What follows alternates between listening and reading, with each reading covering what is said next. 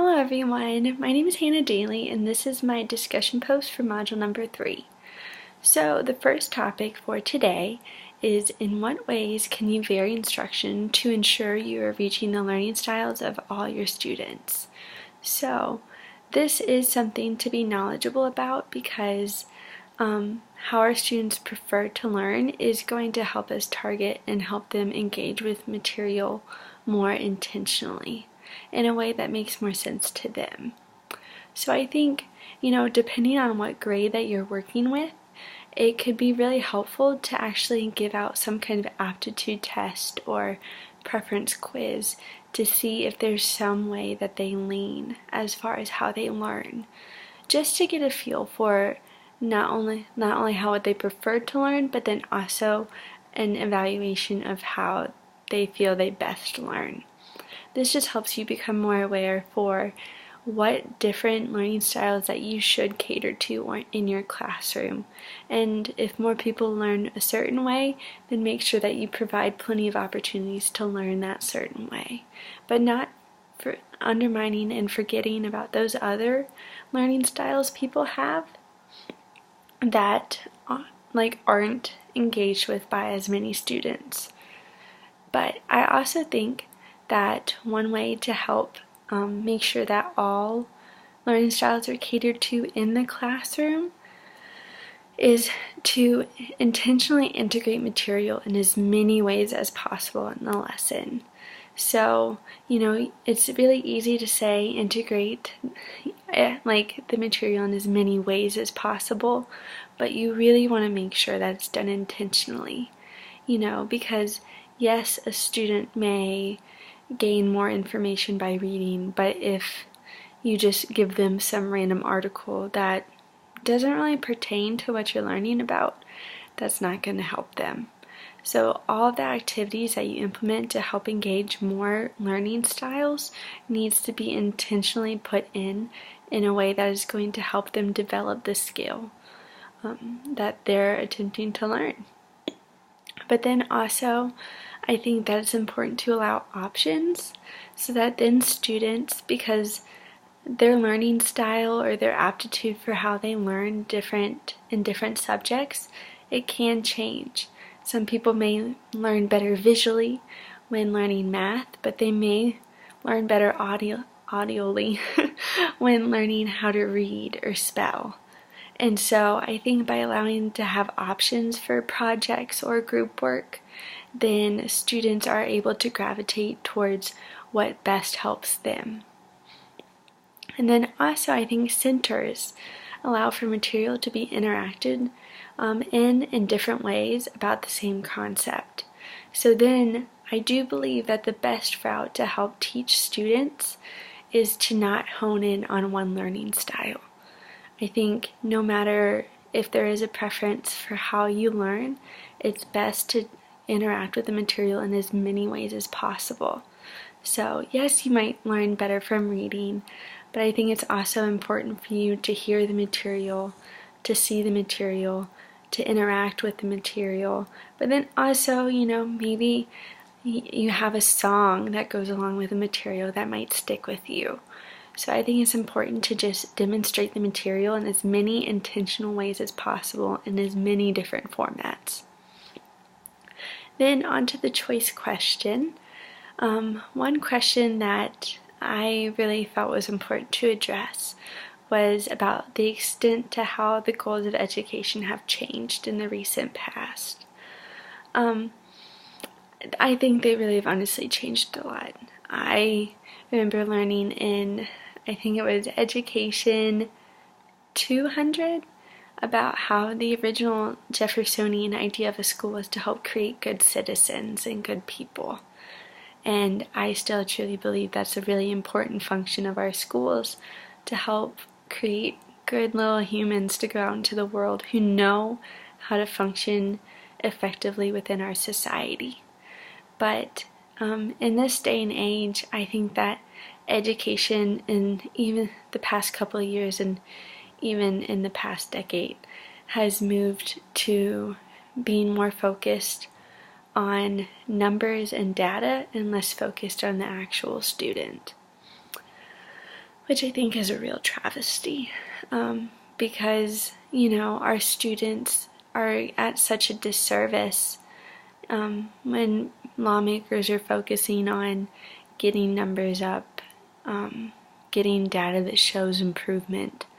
Then students are being tested more and they're not in the classroom learning as much. I also think that there's a stronger focus on increasing achievement and cutting resources. So there's more of a focus on motivating teachers to get achievement up, but then they're cutting the budget and not allowing teachers to have as many resources to help their students reach those achievement goals.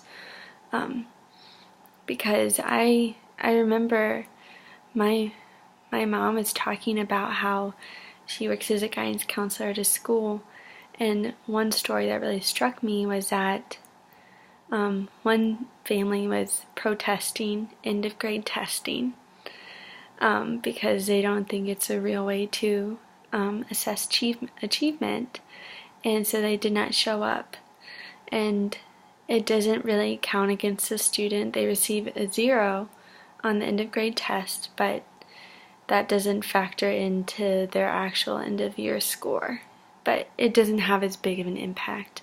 But then for the teacher, that shows up as a 0 for their classroom scores, and that counts against them when it comes time to review and teacher grading. So I think that's really sad.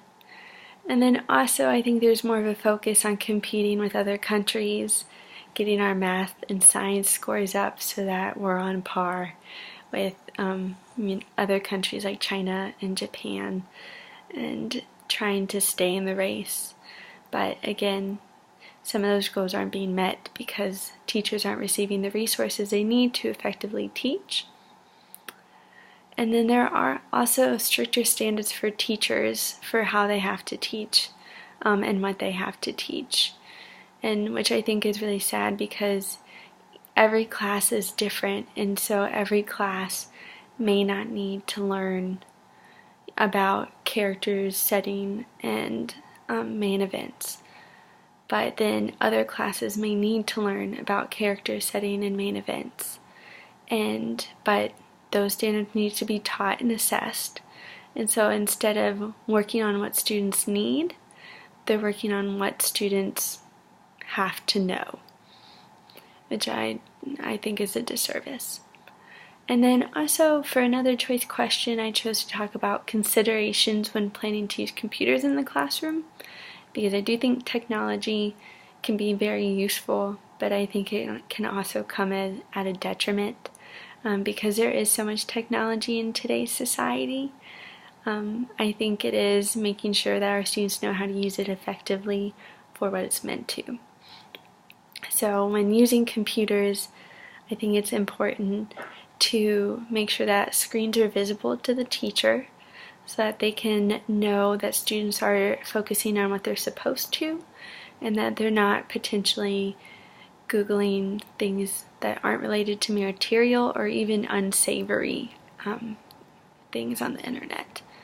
And then also making sure that there are ways to control what students are able to access, like potentially using parental controls to block sites that, may be about certain subjects that students should not be looking at.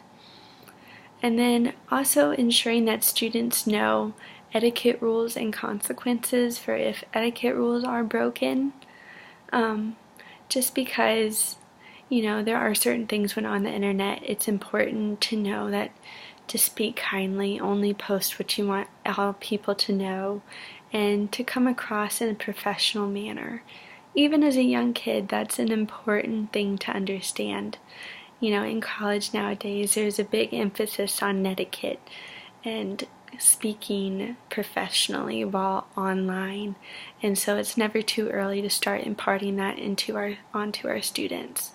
So I think it's important to have those etiquette rules, and then if students are caught breaking etiquette rules and posting mean things about other students, or Googling things that they shouldn't be, that there are going to be consequences.